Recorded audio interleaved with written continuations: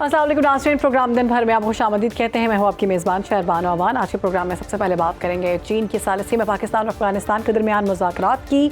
पाकिस्तान और अफगान तालिबान के दरमियान जमी बर्फ़ पिघलना शुरू हुई है और चीन के शहर रामचे में दोनों फ़रीक़ैन के दरमियान आला सतह के मुज़ाकरात का दोबारा आगाज़ हो चुका है। इस अहम पेशरफ्त में चीन एक सहूलतकार के तौर पर किरदार अदा कर रहा है, जहाँ पाकिस्तानी वफ़द की क़यादत वज़ारत ख़ारजा के एडिशनल सेक्रेटरी कर रहे हैं। इन मुज़ाकरात का बुनियादी मकसद हालिया महीनों में पैदा होने वाली कशीदगी को कम करना और बाहमी तनाज़ात का ऐसा हल निकालना है जो खित्ते में पायदार अमन की ज़मानत बन सके। पाकिस्तान ने हमेशा बरादर हमसाया मुल्क के साथ अच्छे ताल्लुकात की ख्वाहिश की, लेकिन मुल्क की सलामती पर कोई समझौता न करने का अज़्म इन मुज़ाकरात का मरकज़ी नुक्ता है। पाकिस्तान और अफगान सरहद पर हालिया फौजी तनाव की बुनियादी वजह सरहद पार से होने वाली दहशतगर्दी और फितना ख़वारिज जैसे गिरोहों को मिलने वाली मुबैना पनाहगाहें हैं। इसी पर बात करेंगे। हमारे साथ हमारे गेस्ट मौजूद हैं, लेकिन आपको बताएंगे पाकिस्तान का मौक़िफ़ इंतहाई वाज़े और दो टोक है कि अपनी सरजमीन की हिफाजत और शहरियों का तहफ़्फ़ुज़ हमारी अव्वलीन तरजीह है। हमारे साथ मौजूद हैं ब्रिगेडियर रिटायर्ड हारिस नवाज साहब। बहुत शुक्रिया आपका ब्रिगेडियर साहब प्रोग्राम में वक्त देने के लिए। एक बार फिर से ये मुज़ाकरात का सिलसिला जारी हुआ है और हम देख रहे हैं कि ये मुज़ाकरात इससे पहले भी चले हैं। चीन की जानिब से सालिसी का किरदार अदा किया जा रहा है। आप क्या समझते हैं कि इस दफ़ा कोई खातिर खा मुज़ाकरात हो सकेंगे, कोई कामयाबी मिल सकेगी या फिर मामलात वैसे ही रहेंगे? देखिए, एक तो पहले मैं ये बड़ी क्लियर बात बताऊं कि ये वो मुज़ाकरात नहीं है, ये नॉर्मल पाकिस्तान की जो स्टैंडर्ड डिप्लोमेटिक इंटरेक्शन होता है ना चाइना के थ्रू, वो हो रहा है। और नंबर 2 बात है कि पाकिस्तान ने हमेशा कंसिस्टेंटली मेंटेन एक ही बात की है कि वी वांट कि हम हमेशा अपने फ्रेंडली मुल्क अफगानिस्तान से स्टेबल फ्रेंडली अफगानिस्तान रिलेशन रखें, और जो हमारा शुरू से कोर इंटरेस्ट है। और किसी पॉइंट पे भी हम नहीं कहते कि हमारे इनसे ताल्लुकात खराब होने चाहिए। और हमने पूरी कोशिश की, हमने हमेशा अफगान हुकूमत से बैठ के बात की। उनको हमने एक ही डिमांड दी कि आपने दोहा में जो कमिटमेंट की थी कि आपकी सरजमीन किसी टेररिस्ट ऑर्गेनाइजेशन के जो वो हमारे तरफ नहीं क्रॉस करेगी, आप उसको कमिटमेंट करें, लेकिन वो उसको नहीं कर सके। अभी भी जो हमारा स्टेटेड पॉइंट है ना, बड़ी सिंपल सी है कि इसमें हमने गज़ुल हक़ में भी हमने जो बात की है वो हमारा एक ही एक ही पॉइंट है, वो ये है कि पाकिस्तान उम्मीद करता है कि अफगानिस्तान जो है वो कॉन्क्रीट वेरिएबल एक्शन लेगा अपने ये जितने टेररिस्ट ऑर्गेनाइजेशन के खिलाफ। और नंबर 2 ये है कि इनके जो सेफ हेवन्स है फितना हिंदुस्तान और फितना ख्वारिज के, इनको डिसमेंटल करेंगे जी। और नंबर 3 पॉइंट ये कि पाकिस्तान क्रॉस बॉर्डर टेररिज्म को बड़ी सख्ती से रूथलेसली इसको कंट्रोल करेगा। और उसके बाद जो गवर्नेंस है इनकी, उसको प्रायोरिटाइज करें और सस्टेनेबल डेवलपमेंट करें, खास तौर पे विद इन अफगानिस्तान, ताकि अफगानिस्तान अवाम को कोई फायदा हो सके। और लास्ट देखिए, चाइना और ये जो ये मीटिंग करा रहे हैं, इससे ये पता चल जाता है कि वो इसमें बड़े रीजनल कंसेंसस है इसके ऊपर। इस रीजन के तमाम ममालिक इस बात पे एग्री करते हैं इसको हल होना चाहिए, और they are very concern about it. और साथ इसका इंप्रेशन पर अफगानिस्तान में प्रेशर भी डाला जा रहा है कि वो यहाँ पर जो इन्होंने कमिटमेंट की थी दोहा में, ये जब अमेरिका की आपको साइन होता कॉन्ट्रैक्ट कि जी हम किसी टेररिस्ट ऑर्गेनाइजेशन को अपने मुल्क से किसी मुल्क से दहशतगर्दी नहीं करने देंगे। और साथ 4 जब आए थे इंटरम गवर्नमेंट के बाद, इनका काम था कि इलेक्शन कराना इंटरम, और उसमें फ्री फेयर इलेक्शन कराएं, जमहूरियत से कराएं, और जो अफगान अवाम की मर्जी है अपनी मर्जी की हुकूमत कायम करें। ये पाकिस्तान की प्रायोरिटीज हैं अभी भी हैं, और यही बात हमने वहां भी की है, क्योंकि ये एक डिप्लोमेटिक बात है, इसका सीज़फायर से कोई ताल्लुक नहीं है। सर, ये जो आपने गुफ्तगू की है, ये 5 निकाती जो एजेंडा पेश किया गया है, यही सब कुछ है वो? बिल्कुल, यही पाकिस्तान ने जो बात की है वहां भी ये बात की है। हमारा स्टेटेड ये स्टैंड भी यही है कि आप क्रॉस बॉर्डर टेररिज्म बंद करें, इनके खिलाफ प्रॉपर एक्शन करें। ये हमने बड़ी क्लियर बात की है। और उसके बाद जो इम्पोर्टेंट चीज़ है कि जितने भी सेफ हेवन हैं फॉर फितुल ख्वारिज फितुल हिंदुस्तान के अफगानिस्तान के, उसको डिसमेंटल करें।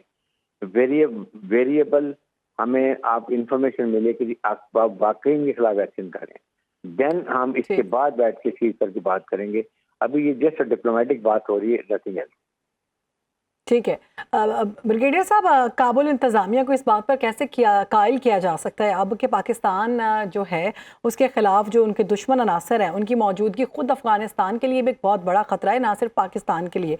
और अगर ऐसा होता है कि अगर मुज़ाकरात दोबारा से कामयाब नहीं होते तो पाकिस्तान के पास अज़्म इस्तेहकाम के तहत मज़ीद कौन से ऑप्शंस बचते हैं दिफाई तौर पर अपने आप को महफूज बनाने के लिए? देखें, ये अफगानिस्तान की इस वक्त भी बिल्कुल कमर टूट चुकी है। ये इनके हमने जो नुकसान किए, खास तौर पे बहराम पे हमने अटैक के स्ट्राइक किए, इनके जितने वहाँ पर टेक्निकल जो स्टोरेज थे वो हमने तबाह किए, इनकी स्टोरेज फैसिलिटी तबाह की, इनके ब्रिजेस तबाह किए, एम्यूनिशन डब तबाह कर दिए। उसके बाद जितने इनके वहाँ पर कोई 100 ड्रोन खड़े हुए थे बहराम पे वो हमने ख़त्म किए। 50,000 अमेरिकन साथ की राइफलें हमने तबाह कर दी। उससे इनका बहुत ज़्यादा नुकसान हुआ। 192 या 200 के करीब हमने इनके टैंक और बख्तर गाड़ियाँ तबाह कर दी है। 42 पोस्टों में कब्जा किया हुआ है, तो 190 की पोस्टें हमने इनकी तबाह करके रख दी है। इसलिए इस पर ये बहुत, फिर उसके बाद चार बार जब ये नया इकोनॉमिक लॉजिस्टिक रूट ले रहे हैं, वो इनको बहुत ज्यादा इकोनॉमिकली कॉस्ट कर रहा है, इनको बहुत प्रॉब्लम हो रही है। उसकी वजह से भी पाकिस्तान देखिए, हम इनको यहाँ से हर किस्म की लॉजिस्टिक सपोर्ट देते थे। मिसाल के तौर पर हमको चीनी भी देते थे, गन्नम भी देते थे, फर्टिलाइजर देते थे, अफगान टॉनिक देते थे, इनके पेशेंट पाकिस्तान आते थे, इनके स्टूडेंट्स वहाँ से पाकिस्तान आते थे। ये हमने हर किस्म की फैसिलिटीज इनको की है। लेकिन इनको अब ये क्योंकि इंडिया ने इनको अपनी लाइन प्रॉक्सी यूज कर रहे हैं, उनसे वो पैसा इनको दे रहे हैं, और ये एलियन ट्रीटमेंट गवर्नमेंट है, पॉलिटिकल इंक्लूसिव नहीं है, एथनिक बैलेंस नहीं है, तो ये पैसा ले रहे हैं, पैसा जेबों में डाल रहे हैं, इनको कोई अवाम की मोहब्बत नहीं है। अब ये बताएं ना, 4 साल में किसी मुल्क के सिफारती ताल्लुकात नहीं है। दैट करिए। बिल्कुल। ब्रिगेडियर साहब, भारत की जानिब से जैसे कि आपने जिक्र किया कि उनके साथ भी इनकी प्रॉक्सी के तौर पर ये काम कर रहे हैं, तो फितनल ख्वारिज की मुबैना सरपरस्ती के सबूत दुनिया के सामने मौजूद हैं, जिस तरह से भारत अफगानिस्तान को इस्तेमाल कर रहे हैं। क्या इन मुज़ाकरात में अफगान तालिबान को भारतीय असर और रसूख से दूर रखने के हवाले से भी गुफ्तगू की गई? देखें, जरूर होगी। पाकिस्तान इस वक्त दुनिया ग्लोबली आपके सामने बिल्कुल आसमान की बुलंदियों पर है। पाकिस्तान की हर एक तारीफ करे कि Pakistan is peace maker, Pakistan is believe in peace. इस खिते के अमन के लिए पाकिस्तान हर किस्म की कोशिश कर रहा है। उसमें सबसे ज्यादा क्रेडिट जो हमारे फील्ड मार्शल थे यासिर मजीद को जाता है, जो चीफ ऑफ डिफेंस फोर्सेज भी हैं। ट्रम्प ने 3-4 दिन पहले उनसे कितनी देर बात की है। ज़ाहिर है उन्होंने इसी टॉपिक पे बात की होगी जो ये हालात चल रहे हैं, और इसके बाद जो पीस प्रोसेस की बात हो रही है, सीज़फायर की बात हो रही है, इससे अंदाजा लगाएं कि वो कितनी अहमियत पाकिस्तान को दी जाती है। ईरान ने उर्दू में ट्वीट किया हमारी तारीफ करते हुए। जून में जब किया था तो उन्होंने अपनी असेंबली में शुक्र पाकिस्तान के नारे लगवाए थे। इस कॉन्टेक्स्ट में हम देखें तो इंशाल्लाह इसके बाद पाकिस्तान और ये अभी आज ये जो मुज़ाकरात चाइना में हो रहे हैं, ये तो सिर्फ हम डिप्लोमेटिक बात कर रहे हैं, लेकिन इसके बाद अगर ये अपना खुद एक्शन को लेते हैं और वहाँ पर इनके ठिकाने खत्म करते हैं, इनको क्रॉस टेरिटरी में रोक लेते हैं, देन हमें कंफर्मेशन होती है, देन वी कैन सिट।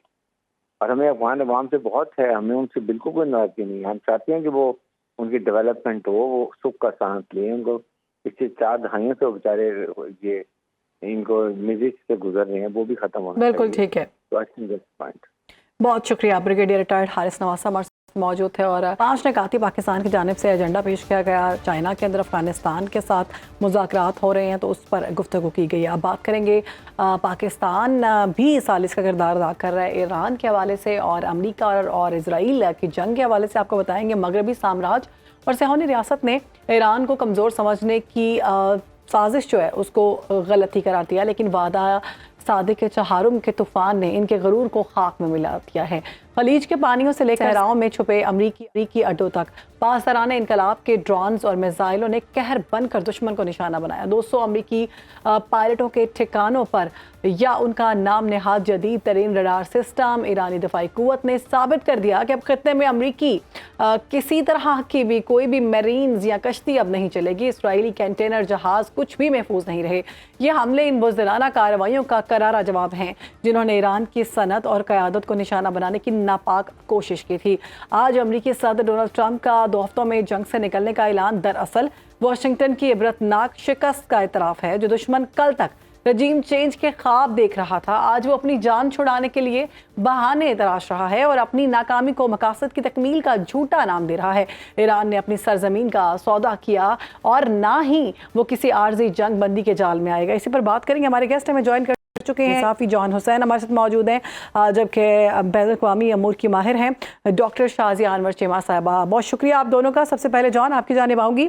हमने देखा कि कल जो है पीट हेग्सेथ उनकी जानिब से लंबी सी बहुत बड़ी एक न्यूज़ कॉन्फ्रेंस की गई, यकीनन आपने भी सुनी होगी, और उसमें बहुत बड़े बड़े दावे किए गए और वही बातें जो ट्रंप करते रहे हैं। जब जहाज़ से उतरते हैं बात और करते हैं, जब सो के उठते हैं तो कोई और बात करते हैं, उनको समझ नहीं आती। इसी तरह के बड़े बड़े बुलंद और बाग दावे किए गए जो कि हकीकत पर मबनी नहीं थे, और ईरान को धमकी दी गई कि अगर मुज़ाकरात की मेज़ पर नहीं आएंगे, मुज़ाकरात नहीं करेंगे तो फिर आपके पास ऑप्शंस कम रह जाएंगे। किस तरह का बिहेवियर आप देख रहे हैं इनका कि इतनी जगह साई होने के बावजूद वो अभी भी ईरान को मनवाने के लिए, बजाय ये कि वो इस चीज़ को मान लें कि वो जंग हार चुके हैं, बल्कि वो कहते हैं कि ईरान जो हमारे 15 निकाती पॉइंटर्स हैं उनको मानकर ये जंग जो है इसको रोक दे। कैसे देखते हैं आप आने वाले टाइम को? ईरान इन सब चीज़ों को कैसे देख रहा है? बहुत बहुत शुक्रिया शर्मानो। देखिए, ये तो मैं पर्सनली अगर अपना बताऊं तो मैं तो इनको डिलूजनल दिखता हूं, क्योंकि ये बातें ये कब तक रिपीट, समझ में ये नहीं आता कि ये बातें रिपीट करेंगे। देखिए, इनकी अपनी आवाम इनकी बात नहीं मानती, पूरी दुनिया इनकी जब बातें सुनती है तो वो हंसती है। और America as a great super power, I think एक ना सिर्फ मिलिट्री फ्रंट पे और स्ट्रेटेजिक फ्रंट पे हमें गिरता हुआ नजर आ रहा है, बल्कि सोशली और पॉलिटिकली इनका जो कोलैप्स है वो सामने, इनकी जो वीकनेसेस हैं और जो क्रैक्स हैं वो नजर आना शुरू हो गए हैं। तो आई थिंक कि ये जो बयानात हैं ये सिर्फ अभी फिलहाल ऑयल मार्केट्स को कंट्रोल करने के लिए, और मार्केट्स बहुत जल्द इसको समझ जाएंगी इस बात को और रिएक्ट करना छोड़ देंगी इनकी स्टेटमेंट्स के ऊपर। तो आई थिंक ये अपना जो है वो हैंड कुछ ज्यादा ही आसानी से प्ले कर रहे हैं। जहां तक बात रही ईरान की, ईरानी तो देखें बाकायदा ट्रोलिंग कर रहे हैं, मजाक उड़ा रहे हैं। ट्वीट पे कालीबाफ साहब भी जो है वो, जिनको कहा जाता है, जिनको ट्रम्प कहता है कि मैं निगोशिएट कर रहा हूँ जिनके साथ, वो भी इनको जलील कर रहे होते हैं। इनकी जो एम्बेसी के अकाउंट्स हैं वो भी आप देखें, वो भी इनका मजाक उड़ा रहे होते हैं। तो पर्सनली इनकी पीट हेग्सेथ, मार्को रूबियो और ट्रम्प, इन तीनों को जो है ना ईरानी बिला नागा हर वक्त, जैसे वो मुज़ाकरात की जो बात करते हैं और जब कहते हैं कि ईरान हमारे साथ बात कर रहा है, तो हर वक्त यहाँ से जो है वो मजाक उड़ाते हैं ईरानी। कोई इस चीज को जो है वो सीरियसली नहीं लेता, और ये दिखा रहा है कि किस तरीके से वो अंदर से इंटरनली कोलैप्स कर रहे हैं घबराहट में। बिल्कुल ठीक है। अच्छा, अभी अभी ये भी खबर सामने आई है कि कल जो सदर ट्रंप हैं वो एक बड़ा ऐलान करने जा रहे हैं, तो आप क्या समझते हैं वो किस तरह का ऐलान होगा? जी, वो छठी दफा वो जंग जीतेंगे, 12वीं दफा वो नेवी और एयरफोर्स तबाह करेंगे ईरान की, और मेरे ख्याल में जो है वो 5वीं दफा वो दोबारा कहेंगे कि मैं जो है वो रिजीम चेंज भी कर चुका हूं और मैं बाहर एग्जिट कर रहा हूं। मुझे ये लगता है कि वो दोबारा यही स्टेटमेंट्स देंगे, बोलेंगे बस थोड़ी सी जंग रह गई है, बस थोड़ी सी जंग रह गई है। या हो भी सकता है कि एप्स्टीन की जो लॉबी है उसने प्रेशर बहुत ज्यादा डाल दिया, और हो भी सकता है कि ये कोई फुल स्केल इन्वेजन का जो है वो डिक्लेरेशन करें इसको प्रेस कॉन्फ्रेंस के अंदर। क्योंकि देखें, एक चीज इंपॉर्टेंट ये है कि ये जो प्रेस कॉन्फ्रेंस है इसको अटेंशन बहुत ज्यादा मिली है नेशनल लेवल पे। ये हर टेलीविजन इदारों को जो है वो डायरेक्शन मिल चुकी है कि वो इस स्पीच को नशर करें। तो अमेरिकन की नजर में ये इंपॉर्टेंट तो है, लेकिन टॉकिंग पॉइंट्स ट्रम्प साहब के आई थिंक वही होंगे जो जाहिर है लॉबीज का जो है इन्फ्लुएंस है वो नजर आएगा उसके अंदर, और मेरे ख्याल में वो दोबारा कंट्रोल करने की भी कोशिश कर सकते हैं और दोबारा जो है वो जंग को बढ़ाने की भी कोशिश कर सकते हैं। बट बहरहाल एक बात तो ये पता होना हो, लेकिन एक बात तय है कि ट्रम्प की बात पे भरोसा नहीं किया जा सकता, वो जो भी बोले आगे जाके। बिल्कुल ऐसे ही है। डॉक्टर साहिबा हमें ज्वाइन कर चुकी हैं। डॉक्टर साहिबा बहुत शुक्रिया आपके वक्त का। कल जो न्यूज़ कॉन्फ्रेंस की गई है पीट हेग्सेथ की जानिब से, उसको आप कैसा देखती हैं? इतना नॉन सीरियस बिहेवियर उनका, मतलब इतनी जग हंसाई होने के बावजूद वो बहुत बड़े बड़े दावे कर रहे हैं, धमकियां दे रहे हैं और कह रहे हैं ईरान के पास कोई ऑप्शन मौजूद नहीं। वो शहर बानो कबूकी थिएटर है, कभी आपने देखा हो, इत्तेफाक हुआ हो, तो उसमें यही होता है कि जब आप जो है ना लोगों को हंसाने की कोशिश करते हैं तो फिर अब लोगों पे है वो हंसेंगे कि नहीं हंसेंगे। हम इस वक्त हंसने के मूड में नहीं है, तो हमें हंसी आ नहीं रही है क्योंकि इसमें कोई इंजॉयमेंट है नहीं लाशें उठाने में और ये बर्बरियत देखने में। वो अपनी डोमेस्टिक पॉपुलेशन को कूल डाउन करने के लिए कर रहे हैं। वो पूरी टीम जो है वो जती हुई है। ईरान की फतह को तो आप नहीं रोक सकते ना, ये तो दुनिया देख रही है कि आपका पर्पस था कि आपने अपनी मिलिट्री माइट जो है वो ईरान को दिखानी है और दुनिया को दिखानी है रादर। तो वो तो दुनिया ने देख लिया कि आपके पास नहीं है, आप बुरी तरह से एक्सपोज हो गए। अब उस एक्सपोज होने को आप डोमेस्टिकली ट्रंप के मिड टर्म तक कैसे डाइजेस्ट करवाने वाले हैं, उसके लिए कभी आप ट्रंप आके कहते हैं कि मुझे कह रहे हैं ईरानी आप आयतुल्ला बन जाइए, मैंने कहा नो थैंक यू, और कभी जो है वो पीट हेगसेट कहता है कि जी हम तो बॉम्ब से जो है ना वो निगोशिएशन करते हैं, और कभी कहता है कि हमारे पास ईरान पे हमला करने के ग्राउंड फोर्सेस भेजने के 15 तरीके हैं, इससे ज्यादा भी हो सकते हैं, और ये तरीके हमने इसलिए छुपा के रखे हुए हैं कि हमारा दुश्मन ये सोचता रहे। दुश्मन को सोचने की क्या जरूरत है, वो तो पिछले 20 साल से तैयार होके बैठा हुआ है। आपने बॉडी बैग्स उठाने हैं, अगर आप उसके लिए तैयार हैं तो लाखों की तादाद में बंदा आपका बाहर निकला हुआ है। तो बात सिर्फ ये है शहरबानो, हमने 1000 दफा ये बात की है कि काश ऐसा हो कि हम जब डिस्कस कर रहे हों उन लोगों को जो ये दुनिया का निजाम वक्ती तौर पे चला रहे हैं, तो उनके अंदर कोई अकल हो, फहम हो, कोई शऊर हो, बिल्कुल। हम उनको डिस्कस करते हुए खुद ना शर्मिंदा हो रहे हो कि क्या करें, हमारी मजबूरी है कि ये फैसले भी कर रहे हैं, इनके पास इख्तियारात भी हैं, और ये एप्स्टीन क्लास जो है ये हमारे सरों पे इस तरह से मुसल्लत हो गई है कि इनको ना बात करने की तमीज है, ना इनको किसी मरे हुए बंदे की हया है, ना किसी जिंदा की है। इनको किसी चीज का कोई है ही नहीं कि आपने बात सलीके से करनी कैसे है। ना ये किसी छोटे की इनको शर्म है, ना बड़े की है। ये बॉम्ब से ये निगोशिएशन करते हैं, मरने वाले बच्चों को ये कलेक्टरल डैमेज कहते हैं, अपने सोल्जर्स को, जवान लड़कों को ये बूट्स ऑन द ग्राउंड कहते हैं। इनकी क्या मोरालिटी है? ये सारे बिके हुए लोग हैं, अब पता नहीं किस चीज में कंप्रोमाइज्ड हैं।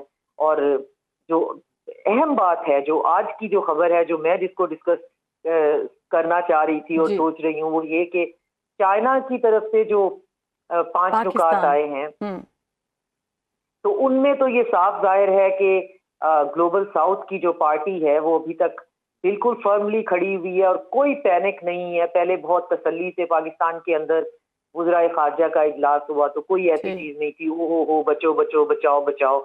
सब जो हैं वो तसल्ली से इस चीज को सिस्टमेटिकली ठीक करना चाहते हैं। और चाइना की तरफ से भी जो बयानात, जो 5 पॉइंट्स आए हैं वो ऐसे हैं कि मेरा नहीं ख्याल वो ईरान उनको मान सकता है। तो उनमें से 3-4 ऐसे हैं जो ईरान को जो है वो बराह रास्त उसको ईरान उससे बात करना चाहेगा। उसको प्रॉब्लम होगा तो चाइना ने वो दिए ही इसलिए है कि थोड़ी सी मार इनको और पड़े, इतनी पड़ गई है तो इनको और मार पड़े। अभी मतलब ये है कि बड़े भाई का जंग खत्म करने का मूड नहीं है। बिल्कुल तो जंग अगर अब खत्म नहीं होती तो ये और मार खाएंगे और जो है वो दुनिया के सामने एक्सपोज होंगे। बिल्कुल, और दुनिया के सामने डॉक्टर साहब एक्सपोज हो चुके हैं। और जॉन, आपकी जानिब आऊंगी, पायलट जो जहाँ मौजूद थे इनके उनको भी निशाना बनाया गया ईरान की जानिब से। क्या समझते हैं आने वाले वक्त में मजीद इस तरह के कितने हमले होंगे? और क्या पासदारान इनकलाब अब इन टेक्नोलॉजी कंपनियों को भी निशाना बनाएगी जो इसराइल की मुआवनत कर रही है? खुशी हुई डॉक्टर साहिबा ने बड़ा अच्छी तरीके से, बड़ा दिलेरी के साथ, बड़ी ऑनेस्टी के साथ और बड़े आई थिंक इंटेलेक्चुअली हमेशा ऐसे ही बात करती है।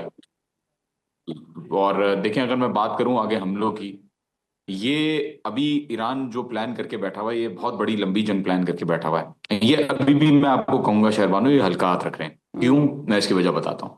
वजह यह है कि ये जो हूती फोर्सेज हैं, ये बाबुल मंदब 2 मिनट में बंद कर सकती हैं और इससे बहुत बड़ा नुकसान हो जाएगा। जंग फौरन से एस्केलेट हो जाएगी। ऑयल प्राइसेस फौरन से जो है वो 200 तक, जो इनका गोल, जो कहा जाता है कि इनका गोल है 200 तक पहुंचाना, वो फौरन से पहुंच जाएगा। लेकिन ये नहीं कर रहे क्योंकि अरब ममालिक के साथ इनको बहरहाल नहीं करना है ऐसा। वो अभी भी समझाने की कोशिश कर रहे हैं कि ये यहाँ से अपने अड्डे खाली करें और जो अड्डे ईरान और इसराइल को सपोर्ट करने के लिए और प्रोटेक्ट करने के लिए और ईरान के खिलाफ जो अड्डे बनाए हुए उनको खत्म करें।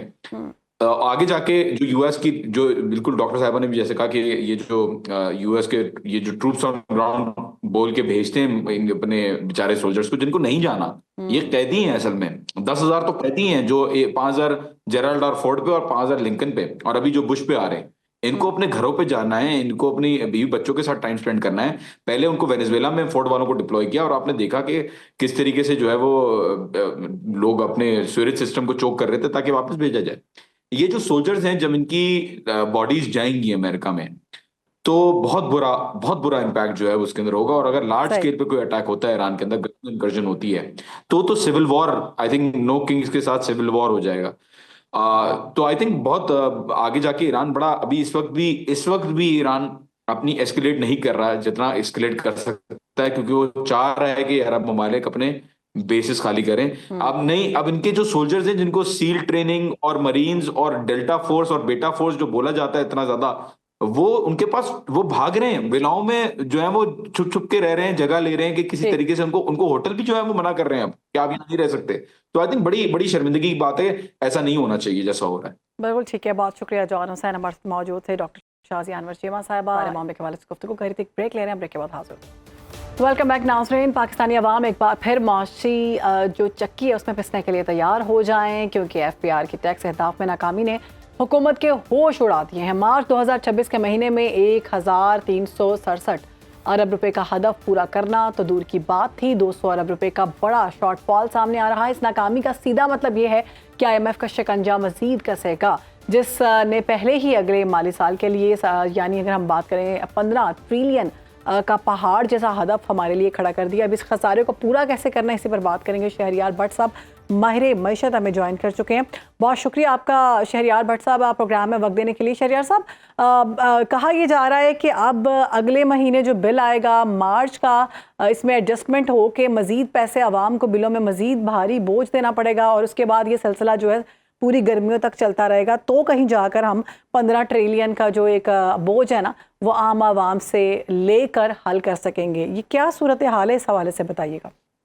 थैंक यू सो मच जी। यकीनी तौर पे काफी मायूसकुन सिचुएशन है, जिस तरह से आपने जिक्र किया कि लॉ लॉसेज और सर्कुलर डेथ भी बढ़ने जा रहे हैं आने वाले दिनों में, और FBR अपनी नाक़ुस कारकर्दगी का सारा बोझ जो है आवाम के ऊपर डालने जा रहे हैं। ऑल दो के FBR ने कुछ कलेक्शन तो की हैं, हमने देखा कि 610 अरब रुपए का जहां शॉर्टफॉल हुआ है, वहां अगर लास्ट ईयर से कंपेयर करते हो 8% का कुछ इंक्रीज तो हमें नजर आता है। ऑल दो के टारगेट बहुत ज्यादा हैवी हैं, लेकिन FBR ने जो अपनी रिफॉर्म्स करनी थी अपने इदारे में वो नहीं कर पाए बदकिस्मती से। इस वक्त भी अगर हम देखते हैं तो हमारी कंट्री के अंदर तकरीबन 5.9 मिलियन लोग जो हैं वो टैक्स पेयर्स हैं। हमें टैक्स पेयर्स की तादाद को बढ़ाना पड़ेगा, इसको काफी ऊपर लेकर जाना चाहिए हमें। और साथ साथ अभी भी तकरीबन 8 करोड़ के लगभग लोग कहते हैं कि इस वक्त टैक्स नेट से बाहर है, उनको टैक्स नेट के अंदर लेकर आए। सारा बोझ इस वक्त आपने सैलरी क्लास के ऊपर डाला हुआ है। और अगर आप देखते हैं तो अगर लास्ट ईयर की अगर मैं नंबर की बात कर लूं तो तकरीबन सैलरी क्लास ने 266 अरब रुपए टैक्स अदा किया है, जो कि आपके जो रियल एस्टेट सेक्टर है उससे तकरीबन दुगना है। और ताजिरों की बात करें तो सिर्फ 60 करोड़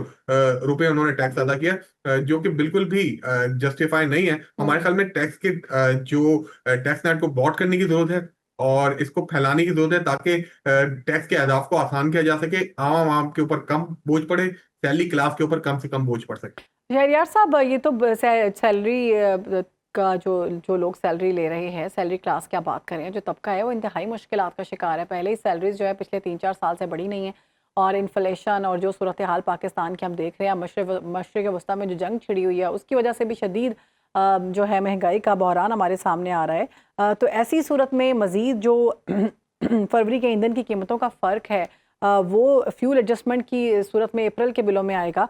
हुकूमत के पास कोई ऑप्शन मौजूद नहीं है कि सैलरी क्लास के लिए और दीगर जो लोग हैं, जो मुतवस्सत तबका है, उनके लिए कोई आसानी हो सके? देखिए, अनफॉर्चुनेटली इस वक्त हम IMF के प्रोग्राम में, और अगर आज से 3 साल पहले आपको लेकर जाएं जब मुल्क के ऊपर डिफॉल्ट के खतरात मंडला रहे थे, IMF का प्रोग्राम बहुत जरूरी था। उसके बाद से गवर्नमेंट ने कुछ बेहतर इकदाम भी किए हैं, जिसमें हमने देखा कि अफगान ट्रांजिट ट्रेड के हवाले से कुछ बेहतर इकदाम किए थे। हमने कुछ जो डॉलर स्मगल हो रहा था उसका खात्मा किया, जिसके बाद हमारा डॉलर एक जगह मुस्तहकम है, 280 के आसपास हमें नजर आता है। लेकिन जहां तक बात की जो रिफॉर्म का सिलसिला, इसको कंटिन्यू ऑन गोइंग प्रोसेस है, इसको आगे बढ़ना जरूरी है। जब तक आप अपना टैक्स नेट बोर्ड नहीं करेंगे, आप सोसाइटी के दूसरे हलकों को आप टैक्स नेट के अंदर नहीं लेकर आएंगे, आपका मुल्क आगे नहीं चल सकता। आपको छोटी मोटी रिफॉर्म तो कर सकेंगे। अब तक हमने देखा है जो कंट्री अगर हुकूमत टैक्स टू GDP तनासुब बढ़ाने में नाकाम रहती है तो IMF की अगली जो किस्त है वो तो रुक जाएगी। ऐसी सूरत में पाकिस्तान के पास डिफॉल्ट होने का खतरा मौजूद है? नहीं, ऐसा तो अभी अल्हम्दुलिल्लाह ऐसी कोई बात नहीं है कि अभी डिफॉल्ट होने के खतरा तो दूर दूर तक नहीं है, क्योंकि पाकिस्तान के नंबर्स काफी ज्यादा मुस्तहकम। वही मैं आपको बताना चाहता अब तक गवर्नमेंट को काफी हद तक सपोर्ट दिए रेमिटेंसेस ने, जो कि 40 अरब डॉलर के लगभग इस साल गवर्नमेंट को रिसीव हो जाएंगे। फिर पाकिस्तानी रुपया जिस तरह से मुस्तहकम है, हमारी इंपोर्ट को हम किल करने में कुछ कामयाब हुए हैं, जिससे करंट अकाउंट पिछले 2 माह से सरप्लस रहता है। लेकिन चूंकि इस वक्त जंग के खतरात मंडला रहे हैं, और आपने देखा जिस तरह दुनिया भर की मैशत इस वक्त जमूद का शिकार है, मिडल ईस्ट क्राइसिस सर उठा रहे हैं, ऑयल प्राइसेस दोबारा से बढ़ना शुरू हो गए, जिससे हमारा इंपोर्ट बिल बढ़ेगा। गवर्नमेंट अभी तक कोई वादे हिकमत अमली सामने नहीं ला सकी। हमने नहीं देखा कि लोगों को जो है आपने थोड़ा सा लोगों की रनिंग कम की, ऑयल की हमारी जो जितनी भी हमारी कंजम्पशन है उसको अभी तक हम कम करने में नाकाम हुए। अगर ये चीजें जारी रही तो फिर यकीनी तौर पे मुश्किलात बढ़ सकती हैं। जहां तक IMF का ताल्लुक है, हम उनके साथ SLA साइन कर चुके हैं, और कभी इम्कान है कि आने वाले दिनों में पाकिस्तान को ये चांस तो मिल जाएगी, लेकिन अगला बजट बहुत ज्यादा टफ होने जा रहा है। अच्छा, पेट्रोल के हवाले से भी कहा जा रहा है कि 106 रुपये लेवी के बाद कीमतें बढ़ने का खदशा मजीद अभी सर पर मौजूद है, तो कैसी सूरत में महंगाई का एक ऐसा तूफान आ पड़ेगा पाकिस्तान की उस आवाम पर जो पहले ही महंगाई की चक्की में पिस रहे हैं, और हुकूमत को ये सब मामला संभालना मुश्किल नहीं हो जाएंगे?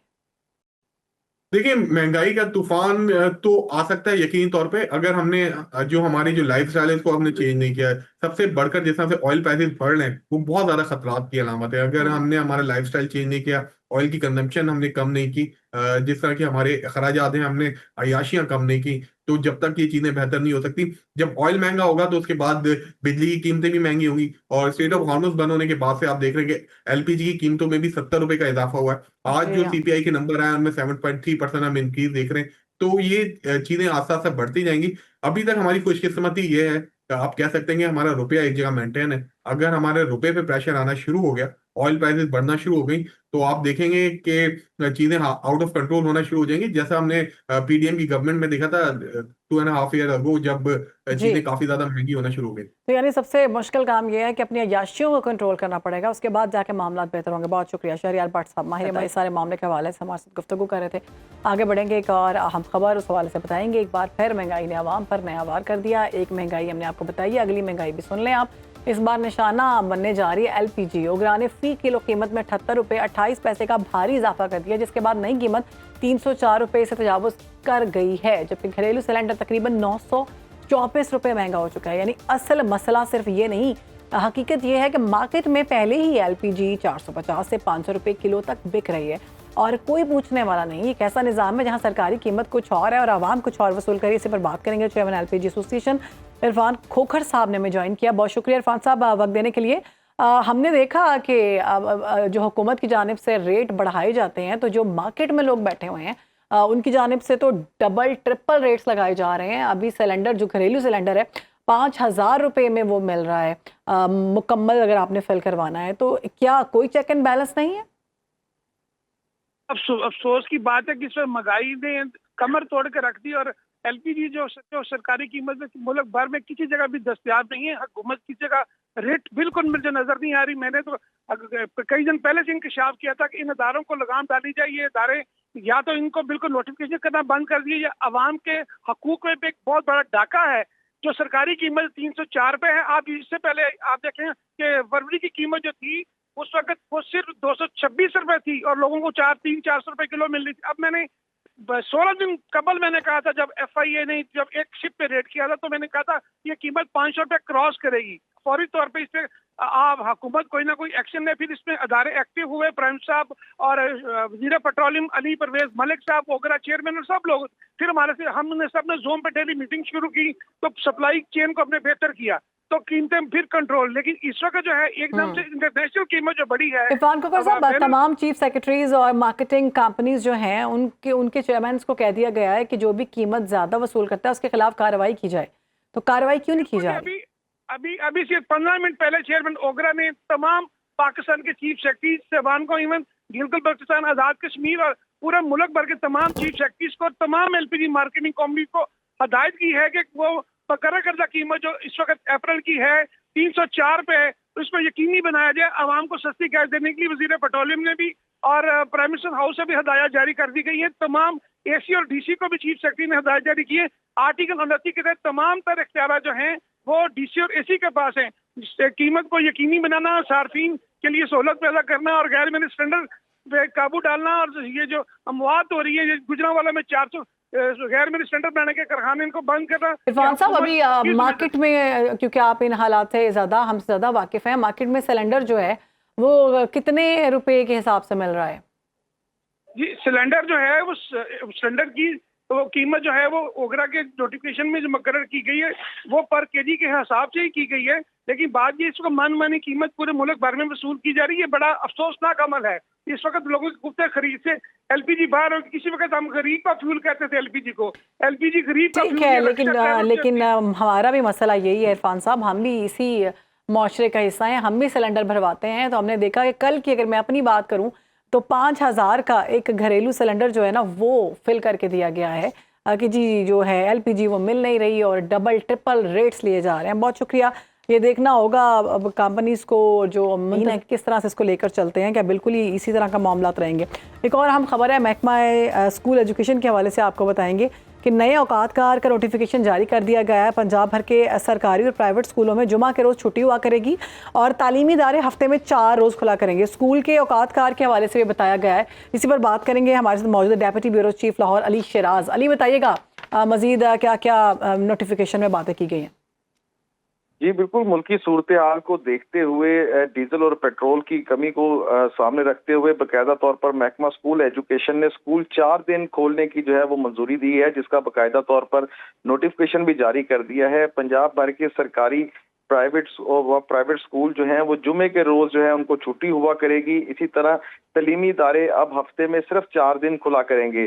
स्कूल के औकातकार की अगर बात की जाए तो स्कूल के औकातकार जो है 8 बजे से लेके 1:30 बजे तक रखे गए हैं, जबकि ऐसे स्कूल जो 2 शिफ्टों में चलते हैं, जिसमें सुबह की शिफ्ट भी होती है और शाम की भी होती है, इन डबल शिफ्टों के अंदर जो मॉर्निंग का टाइम रखा गया है वो सुबह 8 बजे से लेके 12 बजे तक का रखा गया है, जबकि सेकंड शिफ्ट के लिए जो है वो 1 बजे से लेके शाम 5 बजे तक का जो है वो टाइम रखा गया है, ताकि पेट्रोल डीजल की जो किल्लत है उसको जो है वो कंट्रोल करने के लिए, ठीक है, ताकि क्राइसिस से बचा जा सके। इससे पहले गुफ्तगू की जा रही थी कि स्मार्ट लॉकडाउन लगाया जाएगा, लेकिन उस सूरत में हम देख रहे हैं कि 4 रोज़ के लिए बच्चे जो है आप स्कूल जाया करेंगे। बहुत शुक्रिया अली शिराज हमारे साथ मौजूद है। प्रोग्राम से हमें दीजिए इजाज़त, आपसे मुलाकात होगी कल। अल्लाह हाफ़िज़।